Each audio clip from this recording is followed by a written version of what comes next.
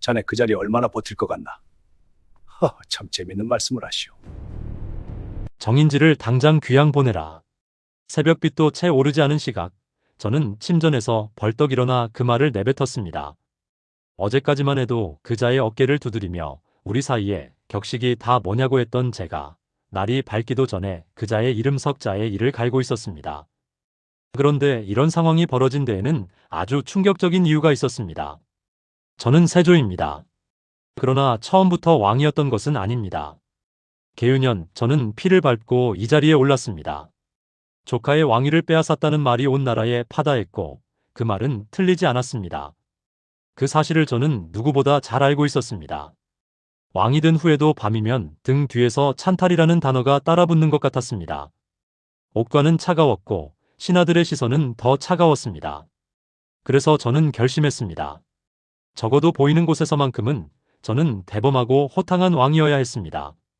신하를 아끼고 격식보다 사람을 중히 여기며 심지어 술자리에서는 왕도 신하도 없이 허물 없이 어울릴 수 있는 군주. 그런 모습을 보여줘야 사람들의 마음이 조금이라도 풀릴 것 같았습니다. 지금 생각하면 참 어리석은 계산이었습니다. 그 계산의 첫 번째 표적이 된 사람이 바로 정인지였습니다. 정인지는 당시 영의정이었습니다. 훈민정음 해례본 서문을 쓴 인물이고 세종대부터 조정의 크고 작은 일에 관여해온 노련한 문신이었습니다. 학식은 조선에서 손꼽혔고 머리가 얼마나 빠르게 돌아가는지는 그가 살아온 세월이 증명하고 있었습니다. 계유정난 때도 그는 살아남았습니다. 줄을 잘못 서면 목이 달아나는 판에 정인지는 제 편에 섰습니다. 덕분에 목도 붙어 있고 영의정 자리도 지키고 있었습니다. 저는 그런 정인지를 가까이 두고 싶었습니다. 아니, 정확히는 그런 정인지가 저를 진심으로 따른다는 것을 세상에 보여주고 싶었습니다. 학식 높고 명망 있는 노신하가 나를 따른다면 나의 왕위가 조금은 더 정당해 보이지 않겠습니까? 어느 늦가을 저녁이었습니다. 저는 편전에 술상을 드리라 하고 정인지를 불렀습니다. 술잔을 먼저 채워 그의 앞에 밀어놓으면서 저는 말했습니다. 오늘은 전화도 영의정도 없어. 그냥 두 사람이 한잔하는 거요. 정인지는 잠시 저를 바라봤습니다. 그 눈빛에 무언가 스치는 것이 있었는데 지금 돌이켜보면 그것은 계산이었습니다. 이 상황을 어떻게 받아들여야 하는가에 대한 아주 빠른 계산. 황공하옵니다, 전하. 그는 그렇게 말하며 잔을 받았습니다. 처음에는 그랬습니다. 깍듯하게, 절도 있게. 저는 그게 마음에 들지 않았습니다. 제가 격식을 내려놓겠다고 했는데 그는 여전히 신하의 자세로 앉아 있었으니까요. 저는 술을 더 들이켰습니다. 분위기를 띄우려면 제가 먼저 무너져야 했습니다. 정영의정, 짐이 요새 잠을 잘 못 자어. 그 말이 나온 것은 술이 두어 순배 돌고 나서였습니다. 저도 의도한 말이 아니었습니다. 그냥 나온 말이었는데 정인지는 잠시 술잔을 내려놓더니 저를 보았습니다. 전하, 오늘은 술이나 드시지요. 그 한마디가 이상하게 마음을 건드렸습니다. 위로도 아니고 충언도 아닌 그냥 담담한 말 한마디. 저는 그날 처음으로 정인지라는 사람이 단순히 눈치 빠른 신하가 아닐 수도 있겠다고 생각했습니다. 술은 계속 들어왔고 자리는 점점 길어졌습니다. 정인지의 자세가 조금씩 흐트러지기 시작한 것은 서너 순배가 더 돈 뒤였습니다. 목소리가 커졌고 말끝이 조금씩 흘렀습니다. 저는 그것을 보면서 속으로 흡족했습니다. 영의정도 사람이구나. 술 앞에서는 무너지는구나. 그 모습이 오히려 친근하게 느껴졌습니다. 그런데 문제는 그 다음이었습니다. 전하, 참말로 잠을 못 주무십니까? 정인지가 잔을 기울이며 물었습니다. 저는 고개를 끄덕였습니다. 그러자 정인지는 잠시 뜸을 들이다가 이렇게 말했습니다. 그거야 당연하지 않겠나. 저는 순간 굳었습니다. 당연하지 않겠나. 그 말이 무슨 뜻인지 모를 리 없었습니다. 그리고 그 말 앞에 붙은 것이 문제였습니다. 나도 아니고 전하도 아닌 반말로 시작되는 문장이었습니다. 정인지는 술에 취해 있었습니다. 아마 본인은 인식하지 못했을 것입니다. 그러나 저는 들었습니다. 분명히 들었습니다. 저는 억지로 웃었습니다. 허허 소리를 냈습니다. 취했구나. 나이 드신 분이 취하면 저렇지 하고 넘기려 했습니다. 그러나 그게 시작이었습니다. 어이, 자네는 왕 노릇하기가 겁나지 않나. 술이 5순배를 넘어가던 그 밤, 정인지는 마침내 선을 넘었습니다. 정인지가 그 말을 할 수 있었던 것은 단순히 술 때문만이 아니었습니다. 저는 그 말을 듣는 순간 귀가 먹먹해지는 느낌이 들었습니다. 자네. 자네라고 했습니다. 조선 팔도를 통틀어 저를 향해 그 호칭을 쓸 수 있는 사람은 단 한 명도 없었습니다. 아니, 없어야 했습니다. 그런데 지금 영의정 정인지가 촛불 흔들리는 편전 한가운데서 술잔을 손에 쥔 채로 저를 향해 자네라고 했습니다. 저는 웃었습니다. 허허, 오늘은 그냥 두 사람이 마시는 거라 하지 않았소. 목소리가 떨리지 않도록 신경을 썼습니다. 표정이 굳지 않도록 입꼬리를 붙잡았습니다. 저는 그 순간 왕이 아니라 배우였습니다. 대범한 군주를 연기하는 배우. 속은 이미 뒤집혀 있었지만 겉으로는 아무렇지 않은 척, 오히려 흥이 난 척 잔을 들었습니다. 정인지는 제 반응을 보더니 더 편안해졌습니다. 그것이 문제였습니다. 왕이라는 게 말이야, 외로운 자리여. 내가 세종대왕 곁에서 수십 년을 있어봤는데 그 어른도 밤이면 혼자 우셨다네. 정인지의 말은 틀리지 않았습니다. 그리고 그 말이 진심에서 나왔다는 것도 알았습니다. 그러나 저는 그것을 받아들일 여유가 없었습니다. 세종대왕. 그 이름이 나오는 순간 제 가슴 어딘가가 서늘해졌습니다. 세종은 적법한 왕이었습니다. 저는 달랐습니다. 그 차이를 정인지도 알고 있었습니다. 지금 그가 하는 말이 위로인지 아니면 그 차이를 에둘러 짚는 것인지 저는 판단할 수가 없었습니다. 자네도 많이 힘들겠구먼. 또 나왔습니다. 자네. 저는 이번에도 웃었습니다. 허허. 같은 웃음을 또 꺼냈습니다. 재고가 무한한 웃음이었습니다. 그 웃음 뒤에서 저는 이를 악물고 있었습니다. 정인지는 그날 밤 술이 완전히 오르고 나서는 거리낌이 없어졌습니다.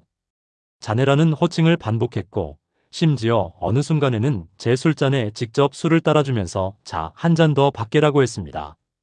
조선 왕조 500년을 통틀어 신하가 왕에게 한 잔 더 받게라고 한 기록이 또 있는지 저는 모릅니다. 아마 없을 것입니다. 저는 받았습니다. 잔을 내밀고 받고 마셨습니다. 웃으면서. 그러나 그 잔을 받는 순간 저는 마음속으로 이미 결정을 내리고 있었습니다. 이 사람, 내일 어떻게 할 것인가. 주변 내관들은 숨을 죽이고 있었습니다. 눈을 내리깔고 존재를 지우려 애쓰고 있었습니다. 그들도 알고 있었습니다. 이 자리가 겉으로는 흥겨운 술자리이지만 실제로는 아슬아슬한 외줄 위에 놓인 자리라는 것을. 자리가 파하기 직전 정인지는 비틀거리며 일어섰습니다. 그리고 저를 향해 깊이 절을 했습니다. 취중에도 절만큼은 제대로 했습니다. 그 모습이 어쩐지 더 얄미웠습니다. 전하, 오늘 술이 참 좋았습니다. 술이 깨기 시작한 것인지 이번에는 전하라고 했습니다. 저는 고개를 끄덕였습니다. 나도 좋았어. 자주 이럽시다. 그 말을 하면서 저는 속으로 생각했습니다. 자주는 무슨. 다시는 이런 자리를 만들지 않겠다고. 그런데 이상한 것은 그 생각과 동시에 또 다른 생각도 올라왔다는 것입니다. 저 노인네 참 솔직하기는 하구나. 세종 어른 곁에서 수십 년을 버텼다는 것이 괜한 말이 아니구나. 미운 것과 쓸만한 것이 한 몸에 붙어 있는 사람. 정인지는 그런 사람이었습니다. 그리고 그것이 이 악연이 그토록 오래 이어진 진짜 이유였습니다. 정인지가 물러나고 저는 한동안 빈 술잔을 내려다봤습니다. 촛불이 흔들렸습니다. 편전은 조용했습니다. 자네라고 했지. 저는 혼자 중얼거렸습니다. 아무도 없는 방에서 왕이 혼자 그 말을 곱씹고 있었습니다. 분하다기보다는 어이가 없었습니다. 어이가 없다기보다는 묘하게 기가 차면서도 한편으로는 그 말이 오랫동안 머릿속을 맴돌았습니다. 그날 밤 저는 오래 잠을 이루지 못했습니다. 정인지를 당장 의금부로 압송하라. 날이 밝자마자 저는 그 말을 했습니다. 잠을 거의 못 잔 얼굴로 세수도 채하기 전에 내관이 아침 문안을 올리러 들어오자마자 그 말부터 꺼냈습니다. 저를 무너뜨린 것은 정인지의 반말이 아니었습니다. 밤새 그 반말을 앞에서 웃으며 받아낸 제 자신이었습니다. 내관은 굳어버렸습니다. 어젯밤 술자리가 파하고 몇 시간도 지나지 않은 시각이었습니다. 정인지는 아직 집에서 코를 골고 있을 시간이었습니다. 전하, 지금 당장 말씀이시옵니까? 당장이 아니면 언제냐. 저는 더 말을 보태지 않았습니다. 이유를 설명할 생각이 없었습니다. 설명하는 순간 제가 밤새 그 말 한마디를 붙잡고 잠 못 이뤘다는 것이 드러날 테니까요. 왕이 신하의 반말 한마디에 밤을 새웠다는 것을 저는 아무에게도 보여주고 싶지 않았습니다. 명이 내려갔습니다. 의금부 나장들이 이른 아침 정인지의 집 대문을 두드렸을 때 정인지는 아직 잠자리에 있었다고 합니다. 해장국을 준비하던 집안이 발칵 뒤집혔고 정인지는 영문도 모른 채 관복도 제대로 갖추지 못하고 끌려 나왔다고 했습니다. 저는 그 보고를 받으면서 처음으로 속이 조금 풀리는 것을 느꼈습니다. 그 느낌이 부끄럽다는 것을 알면서도 시원했습니다. 그러나 문제는 사흘 뒤에 생겼습니다. 함길도 경차관이 올린 문서가 도착했습니다. 북방 야인 부족의 동태가 심상치 않다는 내용이었습니다. 병조에서 대책회의가 열렸고 저는 보고를 받으며 자연스럽게 물었습니다. 정인지는 이 문서를 봤느냐? 침묵이 흘렀습니다. 병조 판서가 조심스럽게 입을 열었습니다. 전하, 영의정께서는 현재 알고 있다. 저는 손을 들어 말을 끊었습니다. 알고 있었습니다. 제가 보냈으니까요. 저는 잠시 문서를 내려다봤습니다. 북방 문제는 단순하지 않았습니다. 군사적 판단과 외교적 계산이 동시에 필요했고 조정에서 그 두 가지를 함께 볼 수 있는 사람은 솔직히 많지 않았습니다. 정인지만큼 되는 사람이 없었습니다. 저는 그날 오후까지 버텼습니다. 저녁이 되어서야 저는 내관을 불렀습니다. 정인지한테 사람 보내라. 몸은 괜찮은지 안부나 물어보고. 내관이 나가는 뒷모습을 보면서 저는 천장을 올려다봤습니다. 안부를 묻는다는 것이 무슨 뜻인지 조정에서 모를 사람은 없었습니다. 귀양 보낸 지 사흘 만에 안부를 물으면 그것은 곧 돌아오라는 뜻이었습니다. 정인지는 이틀 뒤 한양으로 돌아왔습니다. 입고란 정인지는 저 앞에 엎드려 죄를 청했습니다. 술자리에서 무례를 범한 것에 대해 사죄한다고 했습니다. 목소리는 낮고 진지했습니다. 저는 그 사죄를 들으면서 내심 기다렸습니다. 좀 더 구체적으로 말하기를, 어느 대목에서 선을 넘었는지 본인 입으로 말하기를 기다렸습니다. 정인지는 그러나 딱 거기까지만 했습니다. 술자리에서 불경한 언동이 있었사오니 황공하옵니다. 불경한 언동. 그 이상은 말하지 않았습니다. 자네라고 했다는 것도 한 잔 더 받게라고 했다는 것도 본인 입으로 꺼내지 않았습니다. 저는 그것을 짚어야 하는가 잠시 고민했습니다. 그러나 왕이 신하에게 당신이 나한테 자네라고 했잖소라고 따지는 장면이 떠올랐고 그것은 제가 원하는 그림이 아니었습니다. 됐어. 일어나시오. 저는 그냥 넘겼습니다. 대범한 군주 코스프레를 다시 꺼낸 것입니다. 정인지는 일어서면서 저를 한번 봤습니다. 그 눈빛에 무엇이 담겨 있었는지 지금도 정확히 모릅니다. 감사인지 안도인지 아니면 그 어딘가에 아주 작은 여유 같은 것이 섞여 있었는지. 그가 물러나고 저는 생각했습니다. 이번 한 번이다. 다음에 또 이런 일이 생기면 그때는 진짜로 처리한다. 다음에 또 이런 일이 생겼습니다. 그것도 2달이 채 지나지 않아서였습니다. 다시 술자리가 있었고 다시 정인지가 취했고 다시 자네라는 말이 나왔습니다. 저는 또 웃었습니다. 허허. 그 웃음을 또 꺼냈습니다. 그리고 다음 날 아침 또 귀양명이 내려갔습니다. 조정 신하들은 이 패턴을 파악하는 데 그리 오래 걸리지 않았습니다. 영의정이 귀양 갔다는 소식이 들리면 신하들은 서로 눈짓을 교환했습니다. 또 술자리가 있었구나. 한 달은 안 걸리겠다. 그런 눈짓이었습니다. 그리고 그 예측은 한 번도 틀리지 않았습니다. 어제 네가 나한테 뭐라고 했는지 기억하느냐. 3번째 귀양에서 돌아온 정인지를 불러앉힌 자리에서 저는 그 말을 꺼냈습니다. 저는 그날 처음부터 작정을 하고 있었습니다. 이번만큼은 정인지의 입으로 직접 듣겠다고. 자네라고 했다는 것을, 한 잔 더 받게라고 했다는 것을 본인 입으로 뱉게 만들겠다고. 일종의 함정이었습니다. 왕이 신하를 상대로 함정을 판 것입니다. 정인지는 엎드린 자세에서 천천히 고개를 들었습니다. 저와 눈이 마주쳤습니다. 그 눈빛에서 저는 무언가를 읽으려 했습니다. 당황함인지 두려움인지 아니면 계산인지. 잠시 침묵이 흘렀습니다. 전하, 황공하오나. 정인지가 입을 열었습니다.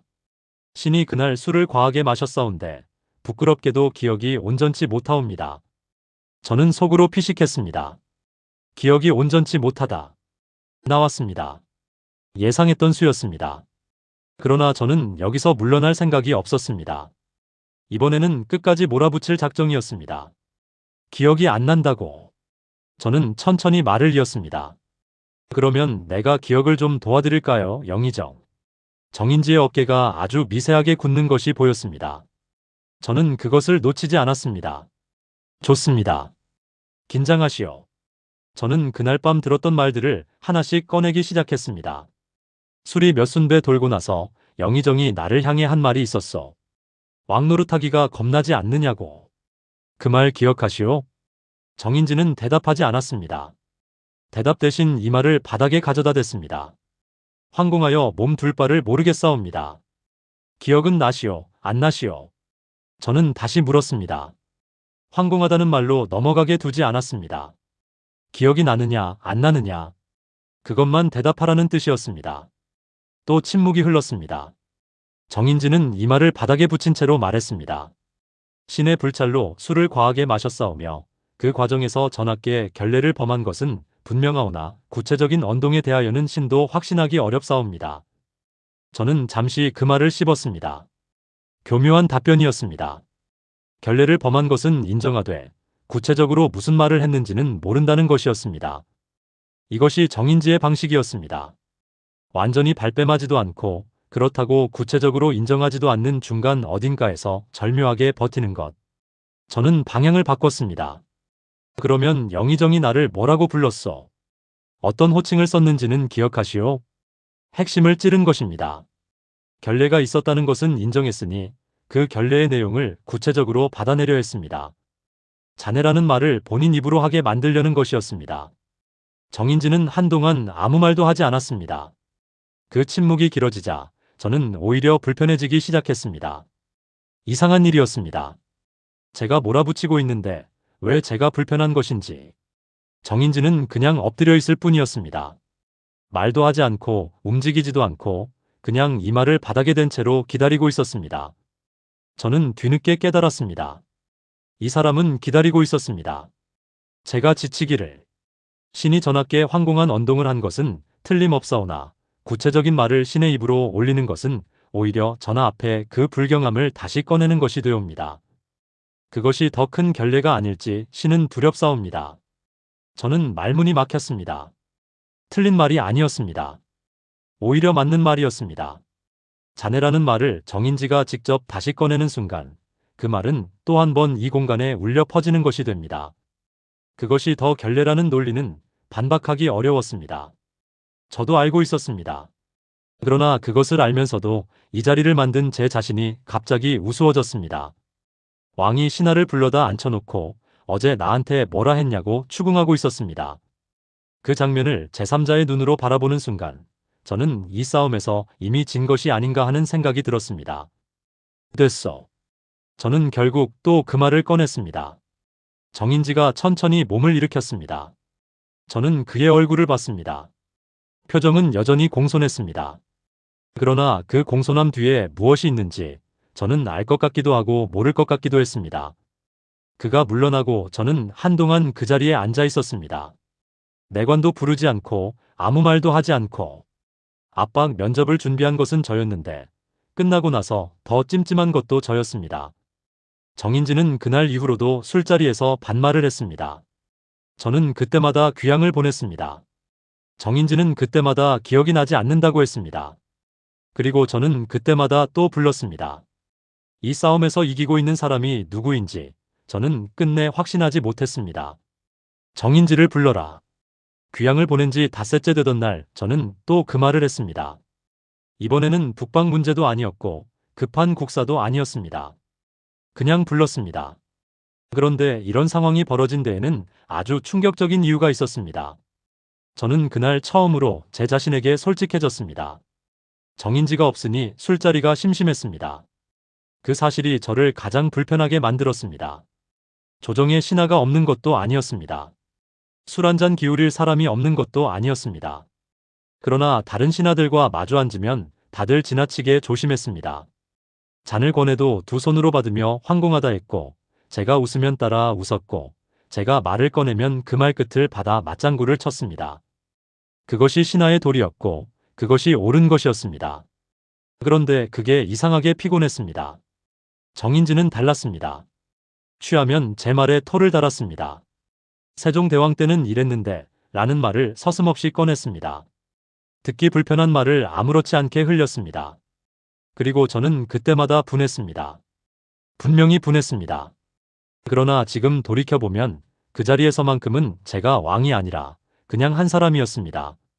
누군가 저를 향해 맞장구가 아닌 말을 던져주는 자리. 그것이 불편하면서도 어딘가 숨통이 트이는 것 같은 자리였습니다. 정인지가 돌아왔습니다. 입고란 그는 여느 때와 같이 엎드려 죄를 청했습니다. 저는 여느 때와 같이 됐소 하고 넘겼습니다. 이 절차가 몇 번째인지는 세지 않기로 했습니다. 술이나 한잔 하시겠소? 제가 먼저 말을 꺼냈습니다. 정인지는 잠깐 저를 올려다봤습니다. 그 눈빛에 무언가 스치는 것이 있었지만 이번에는 그것이 계산으로 보이지 않았습니다. 그냥 늙은 신하가 왕을 바라보는 눈빛이었습니다. 황공하옵니다, 전하. 술상이 들어왔습니다. 우리는 마주 앉았습니다. 처음에는 말이 없었습니다. 저도 말을 꺼내지 않았고 정인지도 먼저 입을 열지 않았습니다. 그냥 각자 잔을 들고 마시고 내려놓았습니다. 한 순배가 돌고 나서 정인지가 말했습니다. 전하, 신이 이번에 내려가 있는 동안 고향 산천을 좀 봤습니다. 좋던가요? 예. 오래 못 갔던 곳인데 단풍이 들었더이다. 저는 고개를 끄덕였습니다. 그게 전부였습니다. 국사 이야기도 신하의 충언도 계유정난 이야기도 없었습니다. 단풍이 들었다는 말 한마디, 그리고 침묵. 그 침묵이 이상하게 편안했습니다. 술이 조금씩 오르기 시작할 무렵 저는 먼저 말을 꺼냈습니다. 영의정은 내가 어떻게 보이시오? 정인지는 잔을 내려놓고 생각하는 듯 잠시 뜸을 들였습니다. 전하는 무서운 분이십니다. 저는 예상하지 못한 대답이었습니다. 무섭다고. 예. 무서운데 외로워 보이십니다. 저는 아무 말도 하지 않았습니다. 반박할 말이 없었습니다. 틀리지 않았으니까요. 무섭고 외로운 것. 그것이 제가 왕이 된 이후 줄곧 안고 살아온 것이었습니다. 계유정난 이후 저를 향해 그 두 가지를 동시에 말해준 사람은 제 기억에 정인지가 처음이었습니다. 저는 잔을 들었습니다. 영의정도 무섭소. 귀향을 그렇게 보내도 꼭 살아 돌아오니. 정인지가 피식 웃었습니다. 소리 없이, 그러나 분명히 웃었습니다. 저는 그 웃음을 보면서 이상하게 화가 나지 않았습니다. 언제부터인가 이 사람의 웃음에 화를 낼 힘이 빠진 것 같았습니다. 전하께서 불러주시니 돌아오는 것이지요. 그 말을 들으면서 저는 생각했습니다. 이것이 우리의 방식이구나. 저는 보내고, 이 사람은 가고, 저는 부르고, 이 사람은 돌아오고. 그 무한한 반복이 어쩌면 서로가 서로를 버리지 못하는 방식이었는지도 모릅니다. 왕이 신하를 필요로 하는 방식이, 신하가 왕 곁에 남아있는 방식이 이렇게 생긴 것이었는지도 모릅니다. 술이 더 들어왔습니다. 자리가 길어졌습니다. 그리고 예상대로 정인지는 결국 취했습니다. 전하, 오늘 술이 참 좋습니다. 그러시오. 전하도 좀 드시게. 저는 그 말을 듣는 순간 잠깐 굳었습니다. 드시게. 또 나왔습니다. 이번에도 나왔습니다. 저는 잠시 정인지를 바라봤습니다. 이른이 넘은 노인이 촛불 아래에서 술 기운에 눈이 반쯤 풀린 채로 저를 보고 있었습니다. 저는 잔을 들었습니다. 허허. 그 웃음을 꺼냈습니다. 몇 번째인지도 모르는 그 웃음. 그러나 이번에는 속이 뒤집히지 않았습니다. 이상하게 이번에는 그냥 웃음이었습니다. 다음 날 아침 내관이 조심스럽게 들어왔습니다. 어젯밤 술자리에 대한 보고를 올릴 준비를 하는 눈치였습니다. 저는 손을 들었습니다. 됐다. 그게 전부였습니다. 이번에는 귀향명이 내려가지 않았습니다. 내관은 어리둥절한 표정으로 물러났고 저는 창밖을 봤습니다. 세조 제위 13년 동안 정인지는 여러 차례 귀향을 갔고 그때마다 돌아왔습니다. 실록은 그 반복을 건조하게 기록하고 있습니다. 언제 보냈고, 언제 소환했고, 무슨 이유였고. 그러나 실록이 기록하지 않은 것이 있습니다. 왜 세조가 끝내 정인지를 버리지 못했는가? 저는 그 이유를 압니다. 정인지는 제 앞에서 허허 웃음을 요구하지 않은 유일한 신하였습니다. 제가 무섭고 외롭다는 것을 알면서도 그것을 이용하지 않았습니다. 취하면 선을 넘었지만 깨면 이마를 바닥에 댔습니다. 그리고 다시 불리면 왔습니다. 그게 전부였습니다. 그러나 그게 전부였기에 저는 그 사람을 끝내놓지 못했습니다. 조선에서 가장 뒤끝이 강한 왕과 조선에서 가장 생존력이 강한 신하의 악연은 그렇게 세조 말년까지 이어졌습니다. 이기고 있는 사람이 누구인지 끝내 알 수 없는, 그러나 어느 쪽도 먼저 끝내지 않은 질긴 악연이었습니다.